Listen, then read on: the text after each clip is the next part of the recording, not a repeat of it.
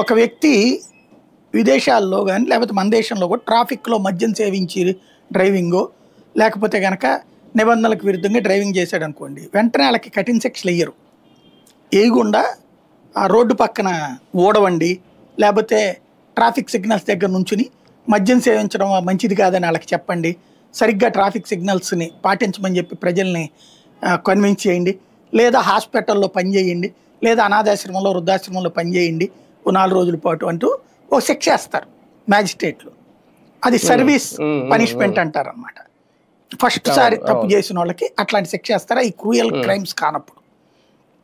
దాంట్లో పనిచేసి ఆ శిక్ష కింద నేను సేవ చేశాను, అద్భుతమైన సేవ చేశాను అని ఎట్లా చెప్పుకుంటారు? అంటే బయట వాళ్ళకి శిక్ష అని చెప్పుకోకుండా ఏం చేస్తున్నాడో నేను వృద్ధాశ్రమంలో అన్నం వడ్డిస్తున్నాను రా, లేకపోతే అనాథాశ్రమంలో పని చేస్తున్నాను రా, అదేంట్రా ఉన్నట్టుండి ఎంత వచ్చిందంటే ఏదో ఒకటి చేయాలి కదా జీవితంలో పుట్టాక మనిషి అన్నాక అని చెప్పుకుంటే అట్టుంటుందో ఇది కూడా అట్టుంది.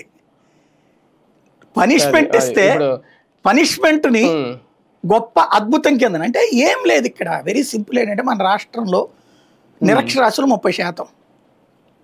దాన్ని ఏమంటారు, అక్షరాస్యతలో అట్టడుగున ఉన్నాం మనం. నిరక్షరాస్యతలో అగ్రస్థానంలో ఉన్నాం మనం.